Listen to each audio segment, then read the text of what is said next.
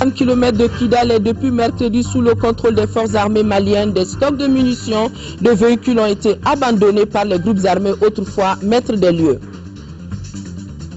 Top départ pour le premier salon de la formation professionnelle et de l'emploi et opportunités d'emploi pour les jeunes du Mali. Beaucoup ont fait le déplacement du centre international de conférence de Bamako. Sport tennis, Bamako accueille ce week-end la 14e édition du circuit international Prize Money. Ils sont 27 tennisman du Burkina Faso, de la Côte d'Ivoire et du Mali à prétendre au trophée. Nous sommes vendredi 7 juin. Mesdames et messieurs, bonsoir et bienvenue dans cette édition. Le Premier ministre, chef du gouvernement Django Sissoko, a reçu ce matin en audience la délégation de la Commission africaine des droits de l'homme et des peuples en fin de mission dans notre pays. Une mission d'établissement des faits sur les violations des droits de l'homme qui ont été perpétrées dans notre pays, et cela depuis janvier 2012. Madame Reine Alapini Ngonzou à sa sortie d'audience au micro de Moussokora à Konaté. Nous avons partagé avec lui un peu la situation, ce que nous avons vu sur le terrain de violation des droits de l'homme, puisque c'était notre mission. Et nous savons qu'il y a eu beaucoup de violations des droits de l'homme qui ont été perpétrées au Mali, notamment dans le nord du pays, au cours de l'année 2012, et même qui continuent à ce jour. Et notre préoccupation, c'est de voir d'abord qu'il devrait y avoir une volonté politique à faire face à cette situation de violation des droits de l'homme. Nous l'avons identifié sur le terrain, nous l'avons partagé avec Monsieur le Premier ministre en relevant que nous sentons à ce jour qu'il y a quand même une volonté politique à regarder ces événements en face. L'autre chose, c'est qu'il y a eu beaucoup de victimes. Il y en a qui ont été identifiés, il y en a qui n'ont pas encore été identifiés. Et nous pensons qu'il faut prendre à bras le corps leur situation, même si quelque part il y avait déjà une volonté politique à se pencher sur leurs problèmes. Il faut que le Mali reste un état de droit et que le Mali acquiert de plus en plus son titre de noblesse en matière de bonne gouvernance et en matière d'état de droit.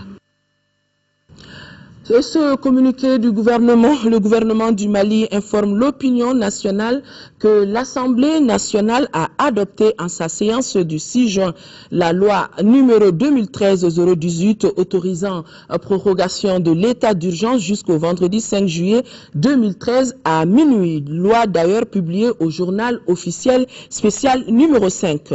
En conséquence, le gouvernement rappelle que les dispositions pertinentes du décret 2013-033 PRM du 11 janvier demeurent et qu'il veillera scrupuleusement au respect des restrictions qui en découlent.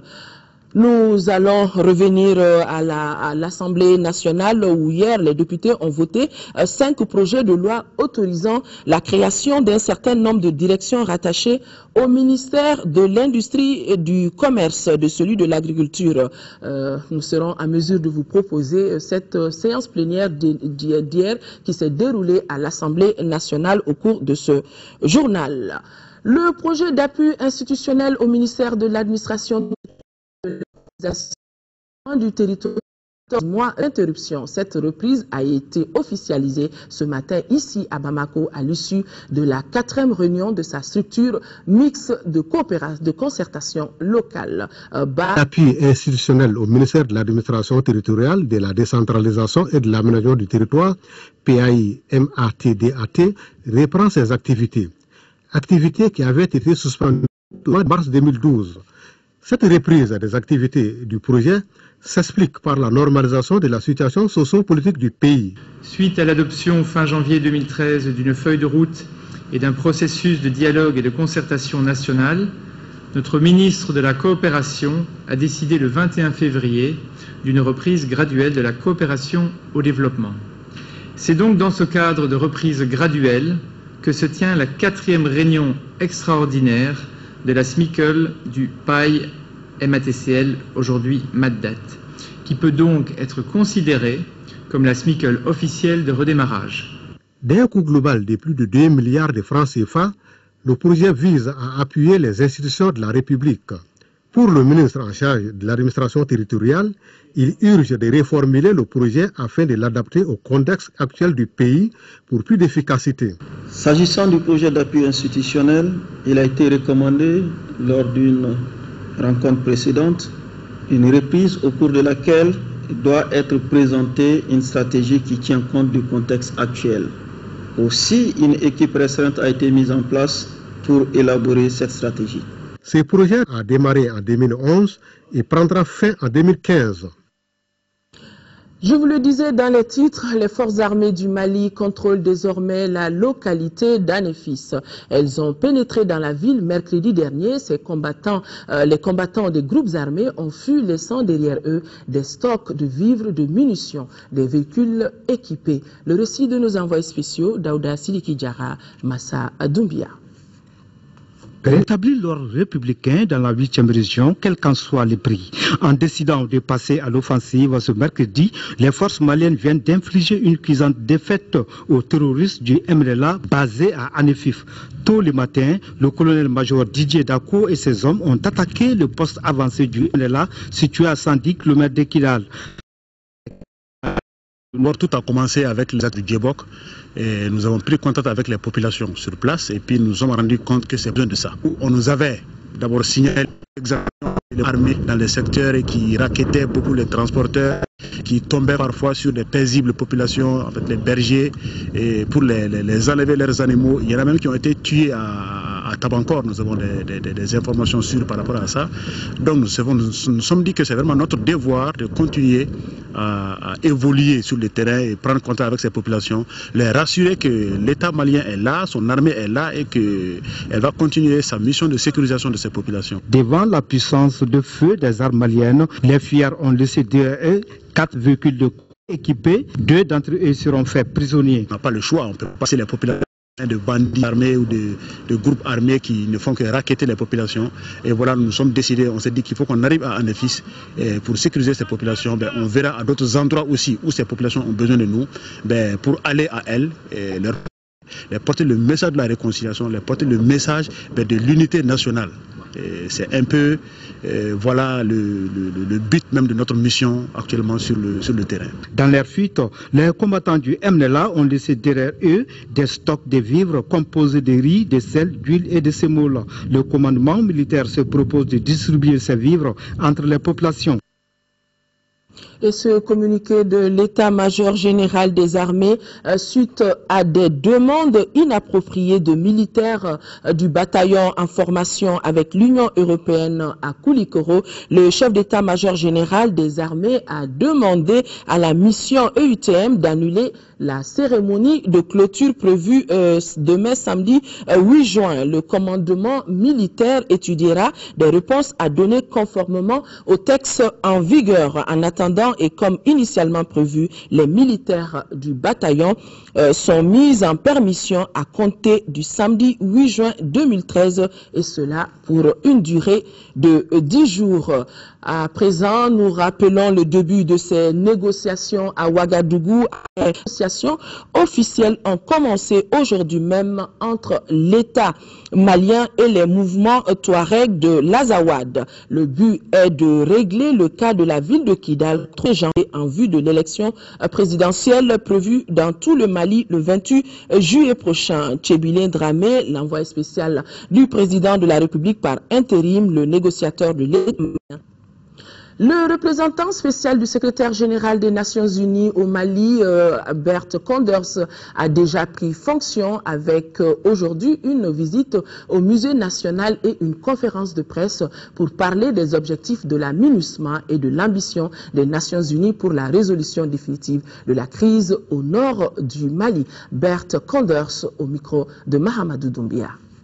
La visite que j'ai faite aujourd'hui avec le ministre de Culture et aussi avec le représentant de l'UNESCO, la solidarité consensuelle de la communauté internationale, de soutenir les Maliens dans, premièrement, sécuriser les populations, deuxième, d'aider la résolution pacifique des conflits qui sont encore là, et troisième, de catalyser avec les autres partenaires le développement et l'humanitaire, de comprendre qu'il y a aussi pas seulement les Nations Unies, nous ne pouvons pas faire tout, mais avec les partenaires, de regarder aussi les problèmes de humanitaires. J'ai été impressionné par une visite que j'ai faite déjà le premier jour à une organisation de femmes qui font un travail énorme pour la résolution du conflit sur le terrain et dans le contexte de l'humanitaire. Je suis optimiste, mais l'optimisme est basé sur deux faits. Et ça, je dis avec une certaine humilité, parce que je suis juste venu. C'est vraiment d'analyser ensemble la profondeur de la crise, mais aussi de capturer l'optimisme qu'il y a dans l'histoire de votre pays, de trouver une future de paix dans votre pays. C'est crucial, pas seulement pour les Maliens, mais aussi pour la sécurité régionale et internationale. Et nous sommes main à main avec les Maliens pour aider ce processus. Face aux exactions perpétrées contre les régions de Kidal par le MNLA, le Conseil national de la jeunesse du Mali vient de tenir à la Maison de la Presse un point de presse. Objectif, échanger et éclairer la lanterne des hommes de médias sur la question de Kidal. Agibou Koulibaly a suivi ce point de presse. Pour le Conseil national de la jeunesse du Mali, l'heure est grave à Kidal. Le moment solennel, notre devenir en tant que seule nation démocratique et unitaire est compromis. Ainsi, comme si cela ne suffisait pas, ce MNLA se permet de séquestrer des Maliens vivant sur leur territoire et les traiter d'espions à la solde du Mali. La terre de leurs aïeux, voilà le comble d'un crime au Mali. Quel défi pour nous si cette situation doit demeurer impunie dans les 70 heures qui suivent. Occasion également pour le président du Conseil national de la jeunesse du Mali de lancer un appel vibrant aux autorités nationales et à la France de prendre leurs responsabilités pour que ces bandits soient vaincus. Les groupes rebelles et narcotrafiquants qui occupent la région de Kidal ont un calendrier insultant et inacceptable. Jamais il n'a été question au Mali de ségrégation basée sur l'ethnie ou la couleur de la peau. L'histoire retiendra que le MNLA est le premier groupe rebelle et narcotrafiquant à inculper un tel état d'esprit au Mali, au nom duquel il traite même l'armée nationale d'espions sur son propre territoire. Demandez à la France de ne pas faire la confusion entre les dignes Touaregs du Mali et ces groupes opportunistes.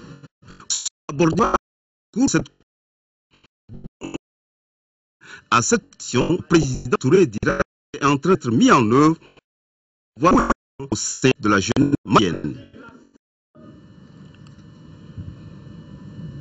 Les membres du collectif des ressortissants du Nord Coren étaient eux aussi réunis cet après-midi pour un meeting consacré à la situation de Kidal. Et si le temps le permet, nous serons à mesure de vous proposer le reportage de Bourama Traoré. En attendant, la commission Dialogue et Réconciliation du Mali a véritablement requinqué pour mener les missions qui lui sont confiées. Elle était à l'écoute des expériences des Nations Unies, de la CEDEAO et de la sous-région. La session d'échange a pris fin aujourd'hui. Reportage Fademba Keita. Le dialogue et la réconciliation restent un impératif dans la résolution des conflits, quelle que soit leur nature. C'est consciente de cela que la commission Dialogue et Réconciliation du Mali a invité les représentants des partenaires internationaux à cet atelier. La rencontre des 2 jours qui s'achève devra certainement permettre à la dite commission d'acquérir une somme d'expérience sur la délicate mission qui l'attend, à savoir la réconciliation définitive des fils du pays à travers le dialogue. L'idée, c'était de présenter aux membres de la commission, aux commissaires, des expériences similaires dont ils peuvent s'inspirer pour aller de l'avant dans leurs propres travaux, sachant que le calendrier qu'ils ont est un calendrier de 2 ans. Occasion pour certains experts du continent, dont le président du centre 4S, Stratégie Sécurité Sahel-Sahara, et celui de la commission Vérité, Justice et Réconciliation du Togo, d'exposer les stratégies qu'ils ont adoptées pour résoudre leurs différends. Comme la crise a éclaté ici, il faut la gérer au plus vite et maîtriser son évolution et son dépassement. Il fallait d'abord écouter les victimes, savoir ce qui s'est passé, proposer des mesures d'apaisement pour ces victimes-là, essayer de voir aussi au niveau de l'administration même du pays ce qui, de manière directe ou indirecte, contribue à alimenter ces crises-là. Après ces 2 jours d'échange d'expérience, la balle reste dans le camp de la commission Dialogue et Réconciliation du Mali.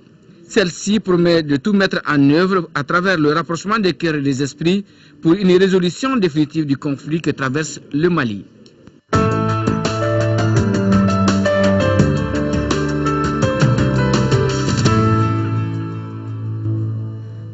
La page élection de ce journal, l'Alliance des démocrates patriotes pour la sortie de crise, ADPS, a organisé une conférence de presse ici à Bamako. L'ADPS veut exprimer publiquement ses idées, affirmer ses positions et proposer des solutions de sortie de crise pour le pays. Rachel Tessougué. À travers cette conférence de presse, l'Alliance des démocrates patriotes pour la sortie de crise ADPS veut présenter à l'opinion nationale et internationale sa position par rapport à la situation qui prévaut dans notre pays.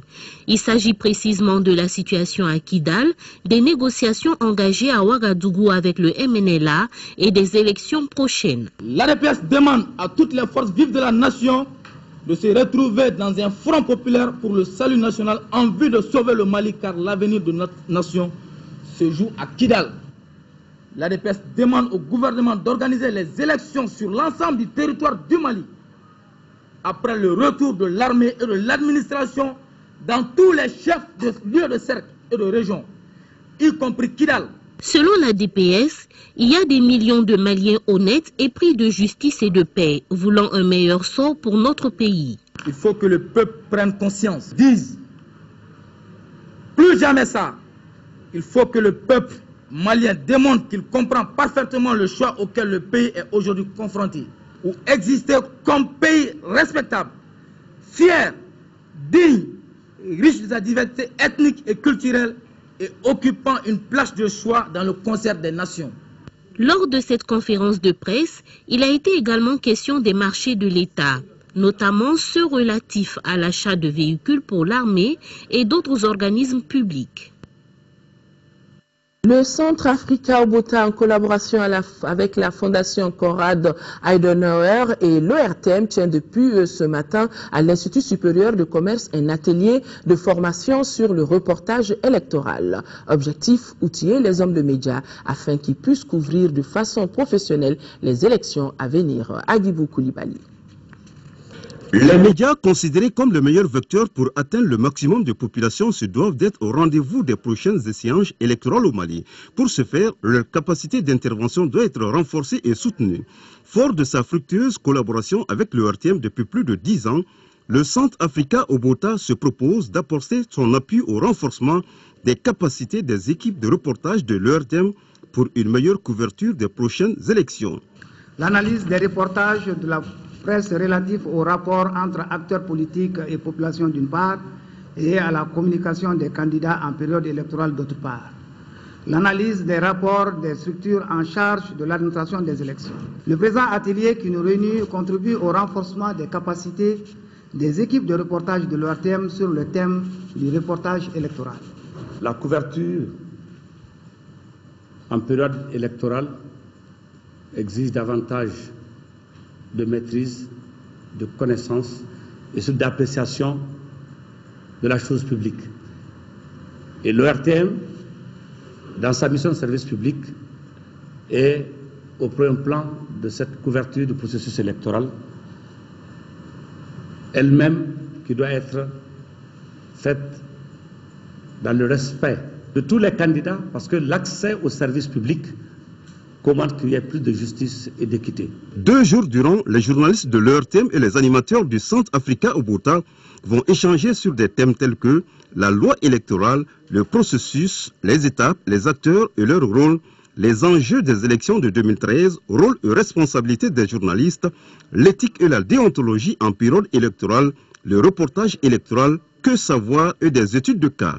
Au sortir de cette session de formation, les participants seront en mesure d'effectuer des reportages assez poignants sur le processus et le déroulement des élections générales de 2013 au Mali. Ouverture mardi dernier à Caille d'un atelier de formation des animateurs et journalistes des radios sur le processus électoral. L'atelier est organisé par l'ULTEL en collaboration avec la Fondation américaine pour les systèmes électoraux. Jafar Aïdara depuis Caille.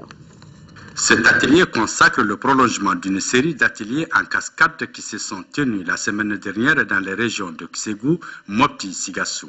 Objectif, former des journalistes et animateurs des radios membres de l'IRTEL pour leur meilleure implication dans le processus électoral, dans l'éducation civique et dans la réconciliation nationale.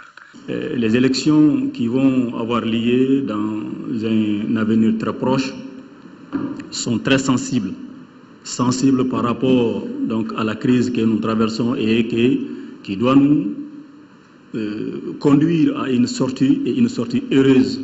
3 jours durant, les animateurs et journalistes venus de l'intérieur de la région de Caille bénéficieront de l'expérience des formateurs sur les questions d'éthique et de la déontologie et verront renforcer leurs capacités professionnelles en matière de collecte, de traitement et de diffusion de l'information en période électorale.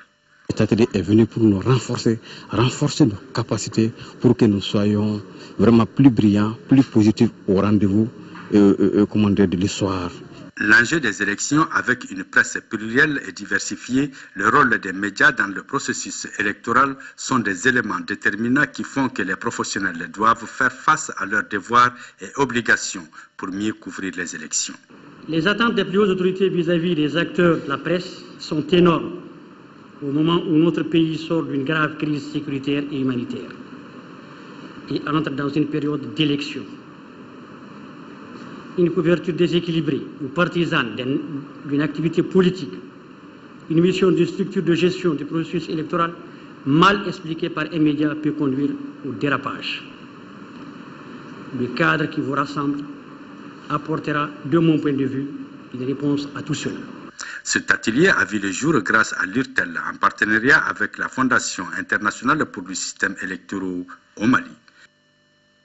À Koulikoro, les autorités régionales multiplient les initiatives pour mettre les différentes couches sociales sur le même pied d'égalité en termes d'information sur les préparatifs des élections de juillet prochain. Depuis Koulikoro, nous retrouvons le compte-rendu de Fousseini Tunkara.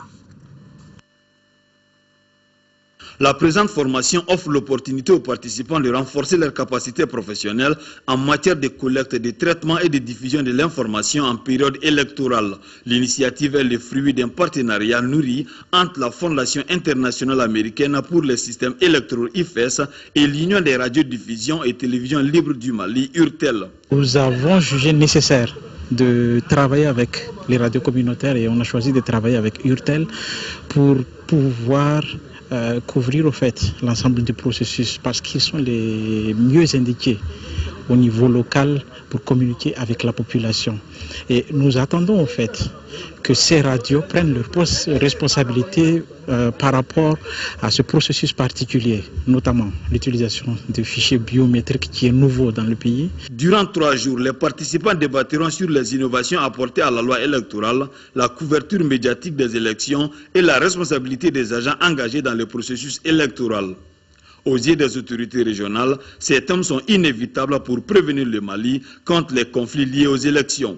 Les attentes des plus hautes autorités vis-à-vis des acteurs de la presse sont énormes au moment où notre pays sort d'une grave crise sécuritaire et humanitaire et entre dans une période d'élection.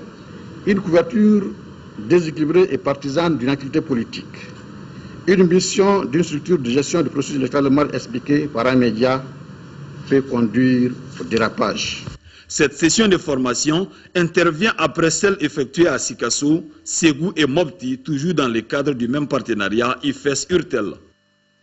Avant de retrouver Sikasso, ce communiqué de l'ambassadeur de la République du Mali en France qui informe la communauté malienne résidant en France du démarrage des travaux de la commission administrative d'établissement des listes électorales. Les travaux ont commencé le 5 juin et vont durer jusqu'au 25 juin prochain. La commission administrative des listes électorales a 3 missions essentielles à exécuter.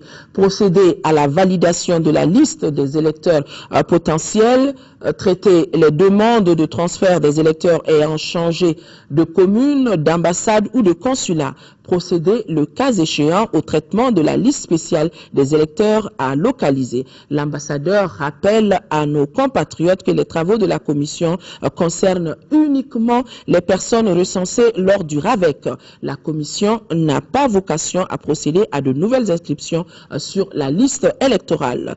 Pour tout renseignement, l'ambassadeur invite nos compatriotes à s'adresser à la commission administrative qui siège au consulat général du Mali en France.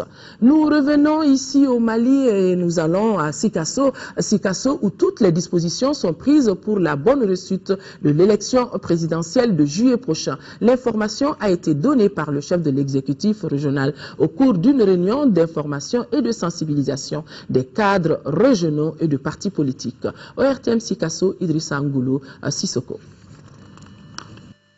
Au cours de cette réunion d'information et de sensibilisation des cadres régionaux et des partis politiques sur le processus électoral, il s'agissait de faire le point des préparatifs en région de Sikasso. Ainsi, tous les actes administratifs ont été pris, les commissions et les cadres de concertation créés, les formations assurées, les listes électorales en cours d'établissement. Pour ces élections dans la région de Sikasso, 1 181 901 électeurs sont concernés. Dans 3 490 bureaux de vote, 346 équipes seront chargées de la distribution des cartes NINA. L'objectif, c'est vraiment pour encore une information des cadres, leur sensibilisation, puisque depuis le début du processus, nous avons créé un cadre de concertation avec les cadres civils et militaires, les acteurs politiques, la société civile, pour que tout le monde soit au même niveau d'information, tout le monde puisse s'impliquer pour que les choses puissent avancer.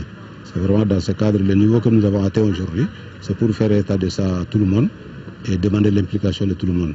Selon les responsables en charge des élections, le conseiller aux affaires administratives du gouverneur et le préfet de Sikasso, tout le matériel est sur place, les commissions sont à pied d'œuvre, c'est dire que tout sera fin prêt à Sikasso. La région est tout à fait prête, à travers la phase que nous avons commencé déjà, c'est-à-dire l'établissement de listes électorales. La distribution des cartes NINA, tout est prêt. Je crois que les gens sont à pied d'œuvre. La région de Sikasso est vraiment prête pour faire réussir ces opérations. D'autres points non moins importants ont été abordés. Il s'agit de la contribution de la région à l'effort de guerre qui se chiffre de janvier à juin à plus de 92 millions de francs CFA et la fermeture des placettes d'orpaillage est aujourd'hui une réalité dans la région de Sikasso.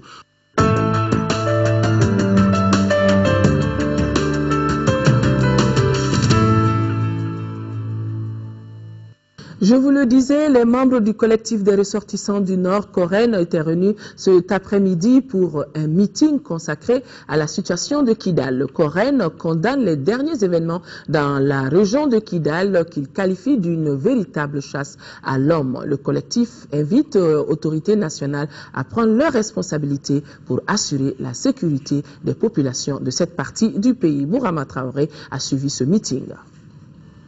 Le collectif des ressortissants du Nord s'est dit préoccupé et indigné par les dernières évolutions de la situation à Kidal.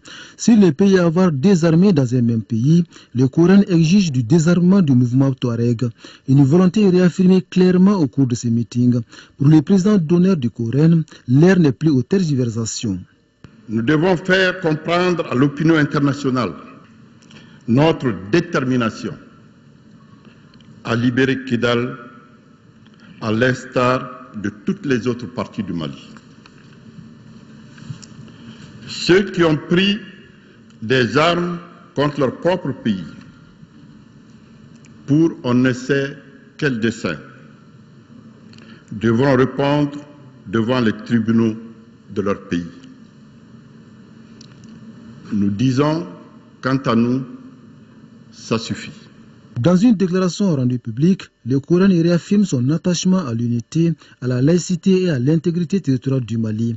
Et la situation à Kidal, selon les textes, interpelle l'ensemble des Maliens à clamer haut et fort ses valeurs républicaines. Il ne doit y avoir aucune impunité, ni de prime à la rébellion après le conflit. Il n'y aura aucune élection au Mali tant que Kidal ne sera pas totalement libéré des forces négatives du MRL. Dans la même déclaration, le Coran rend hommage aux forces armées et de sécurité du Mali, lesquelles sont déterminées à rétablir l'intégrité territoriale de notre pays. Le Coran encourage l'armée à poursuivre son travail patient et courageux, portant sur son implantation progressive à travers tout le territoire national. Ce meeting du Coran a regroupé, outre les ressortissants du Nord, les représentants des partis politiques et ceux de la société civile. Ici, tous sont unanimes que les Maliens doivent regarder dans la même direction, parler le même langage pour mettre fin à ces imbroglio politico-sécuritaires. 5 projets de loi ont été votés hier par les députés. Ces projets de loi autorisent la création d'un certain nombre de directions rattachées au ministère de l'Industrie et du Commerce et celui de l'Agriculture. Ramata Konaté a suivi cette séance plénière.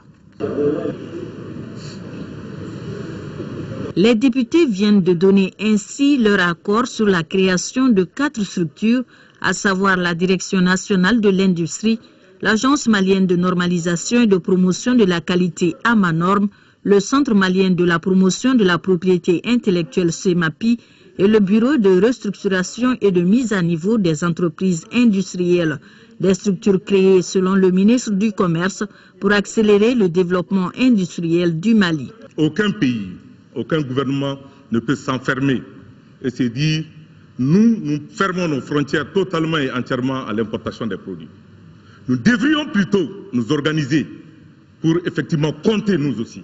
L'AMANORM aujourd'hui va certainement conseiller, comme ça a été très bien dit dans le rapport, nos unités industrielles, va certainement permettre à nos unités industrielles de proposer des produits de qualité. Cependant, des observations ont été faites pour améliorer l'environnement industriel, notamment la disponibilité de l'énergie et la baisse de son coût, ainsi que la valorisation de nos produits locaux. Aimons-nous nous-mêmes, monsieur le ministre, chers collègues, et pour cela, nous avons besoin du ministère de l'Éducation. On a besoin du ministère de la Culture, de la première année jusqu'au doctorat, qu'on puisse inculquer aux gens que ce sont nos produits qui doivent passer en premier lieu. Qu'on puisse comprendre que c'est en consommant de nos produits que nous donnons au travail aux nôtres. D'accord sur cette proposition, mais la qualité d'abord, réplique le ministre Konaté. Abondant dans le même sens, le député Khalifa Doumbia de la commission Eau, Énergie et Industrie trouve que la prise en compte de la dimension culture dans le domaine industriel est très complexe. Après le vote de ces 4 projets de loi, place à présent au dernier relatif à la création du Centre pour le développement du secteur agroalimentaire. Le centre viendra en appui aux unités de transformation des produits alimentaires agricoles dans la perspective de rendre leur production conforme aux exigences et besoins du marché en matière de prix qualité. Le projet de loi portant création de ce centre a été approuvé par les députés à l'unanimité, 98 voix, 0 contre, 0 abstention. Le Salon de la formation professionnelle et de l'emploi SAFEP, première édition, a ouvert ses portes ce matin au Centre international de conférences de Bamako. Un rendez-vous des écoles de formation et d'agences de placement auxquelles les jeunes ont été invités. Il s'agit de faire découvrir à ces jeunes les opportunités de formation professionnelle appropriées pouvant déboucher sur un emploi. Et c'est ainsi que plusieurs membres du gouvernement ont pris part à la cérémonie d'ouverture. Compte rendu Sirabachili. Le SAFEP 2013, une première au Mali, le Salon de la formation professionnelle et de l'emploi, installe ses quartiers au Centre international des conférences de Bamako pour 2 jours d'échange avec les jeunes pour leur montrer les filières qui peuvent leur ouvrir la porte de l'emploi. C'est d'amener les jeunes à savoir où sont leurs opportunités. Il y a des agences de placement. Quand tu es bien formé, tu sais déjà où aller. Donc, c'est les faire appel à ces agences de placement, c'est faire appel à ces écoles de formation, de bien former ces gens et de leur donner un emploi fiable. Ça va leur permettre de monter leur projet, ça va leur permettre de trouver où aller directement après la formation. Donc, c'est un grand appel pour les jeunes diplômés sans emploi. Outre les jeunes à la recherche d'une orientation professionnelle, le SAFEP offre également aux entreprises la possibilité de se positionner et de promouvoir leur domaine d'activité. C'est donc une opportunité de rencontre entre recruteurs et demandeurs d'emploi. L'initiative est fortement soutenue par le ministère de l'Emploi et de la formation professionnelle. Ce que nous recherchons et ce que tout pays recherche, c'est la qualité de son personnel, c'est la qualité des entrepreneurs, c'est la qualité des femmes et des hommes qui constituent l'entreprise. Nous devons mettre un focus particulier sur cet aspect et ce que nous sommes en train de faire aujourd'hui. Et toutes nos recherches, tout notre appui, tout ce que nous faisons aujourd'hui porte sur eux. Notre attention particulière est sur eux pour qu'ils puissent demain prendre leur relais sans problème. Sur place, les visiteurs ont droit à des conférences sur des thèmes comme la problématique de l'insertion des jeunes, la formation en de développement, l'innovation et l'entrepreneuriat. À ce salon de la formation professionnelle et de l'emploi participent une quarantaine de centres de formation et d'agences de placement. Tous misent sur ce salon pour mieux orienter les jeunes vers les secteurs porteurs et les formations professionnelles adaptées aux offres d'emploi. Après la cérémonie d'ouverture du salon, notre reporter Sira Bachili a fait le tour des stands et voici son reportage. Une quarantaine de centres de formation et d'agences de placement ont répondu à l'appel du SAFEP 2013. De quoi offrir aux jeunes une multitude de choix de formation et d'offres d'embauche. Puisqu'il s'agit de valoriser l'offre de formation et l'insertion professionnelle, le SAFEP regroupe plusieurs secteurs. Avec la politique décennale du gouvernement, on a beaucoup mis l'accent en quelque sorte sur des filières qui peuvent déboucher par des emplois directs. Parce que longtemps, les écoles, surtout dans notre pays, ont formé des gens pour la simple raison de les former. Et après, ce sont des jeunes qui sont restés dans le manque d'emploi. Nous formons en communication journalistique, surtout avec la floraison de radio, floraison des médias et floraison. Déjà, dans peu de temps, il y aura ce qu'on appelle la libéralisation des chaînes de télévision. Donc, il y aura franchement ce qu'on appelle un boom dans ce domaine-là. Nous avons constaté qu'actuellement au Mali, la fonction publique n'emploie plus. Donc, les jeunes doivent être dirigés vers l'entrepreneuriat. C'est dans ce cadre même que nous sommes ici et que nous allons participer aux conférences. En plus de la formation professionnelle, le SAFEP met l'accent également sur l'apprentissage des métiers. C'est pourquoi les écoles de couture sont également présentes. On peut être diplômé, on peut avoir un grand diplôme, mais il faut surtout apprendre un métier. Puisqu'on peut aller à l'école, avoir un diplôme, mais on ne peut pas faire ce qu'on a appris à l'école. Mais si déjà tu as appris un métier, tu peux te dépendre avec ça. L'espace d'exposition des écoles, centres professionnels et agences de placement est un créneau pour les jeunes désireux d'être orientés par rapport à la mise en route de leur propre projet.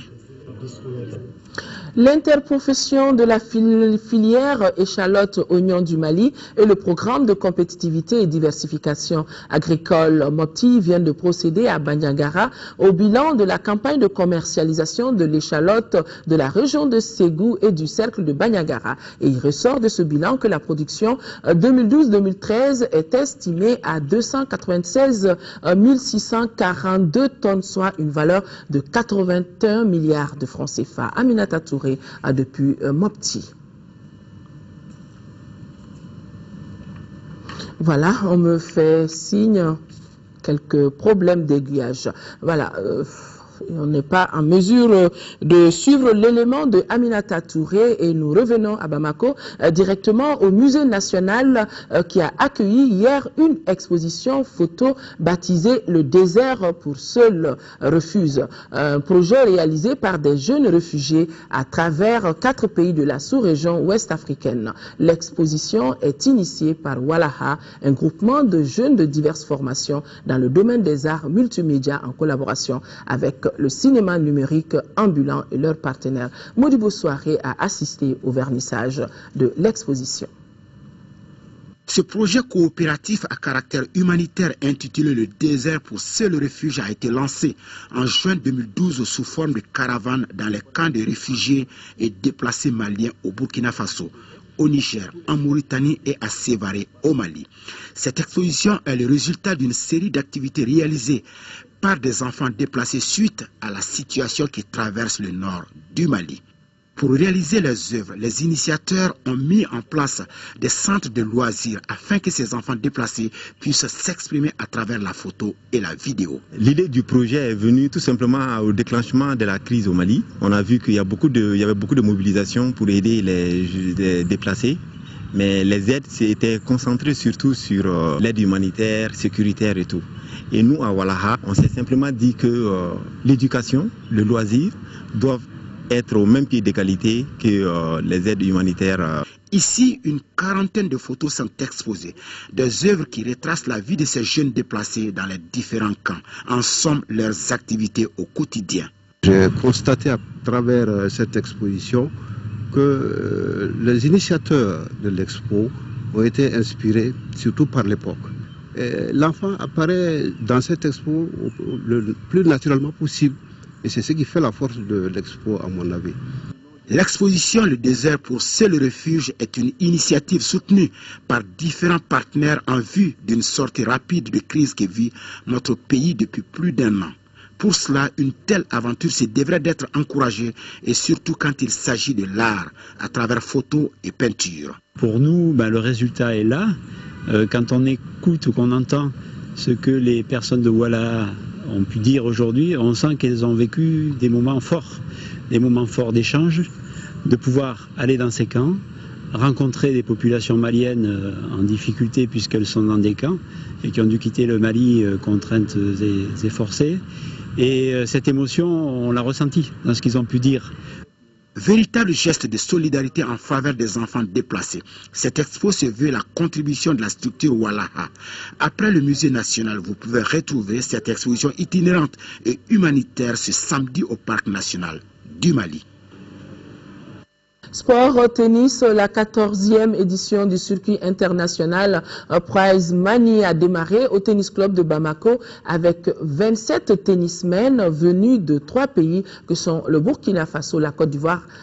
Ils sont arrivés chez nous au Mali. Bien entendu, des tennismen maliens. Et la Fédération malienne de tennis espère conserver le trophée acquis au Sénégal et en Mauritanie. Ousmane Dao.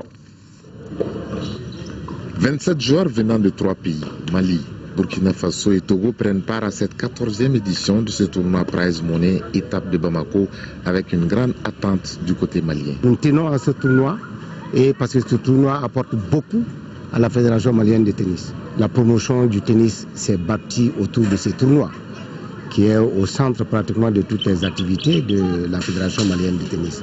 Donc ce tournoi est un challenge pour nous.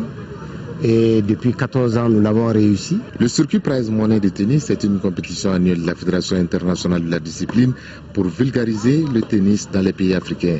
C'est pourquoi il sert de tremplin pour notre pays afin de jauger le niveau des joueurs. Au niveau des catégories seniors, c'est vrai que lorsqu'on arrive à ce niveau-là, il y a un tassement de niveau. Ça, c'est un challenge et une interpellation forte de la Fédération malienne. Sinon, au niveau des juniors, nous occupons depuis une dizaine d'années déjà, en tout cas de très très bons rangs au niveau africain. Après l'étape de la Mauritanie remportée par Seydou Diallo, celle du Sénégal par Sékou Dramé, les joueurs maliens mettront tout en œuvre pour garder le trophée à domicile, surtout que c'est déjà arrivé à 5 reprises, 2002, 2003, 2010, 2011 et 2012. Le vainqueur du tournoi Prize Money de tennis empochera la somme de 750 000 francs CFA. Voilà, avant de refermer définitivement ce journal, nous rappelons ce communiqué du chef d'état-major général de l'armée pour ceux qui ont pris ce journal en cours de vol suite à des demandes inappropriées de militaires du bataillon en formation avec l'Union européenne à Koulikoro. Le chef d'état-major général des armées a demandé à la mission EUTM d'annuler la cérémonie de clôture prévue demain samedi 8 juin. Le commandement militaire étudiera des réponses à donner conformément au texte en vigueur. En attendant, et comme initialement prévu, les militaires du bataillon seront mis en permission à compter de demain samedi 8 juin et cela pour une durée de 10 jours. Voilà, fin de cette édition. Merci de l'avoir suivi.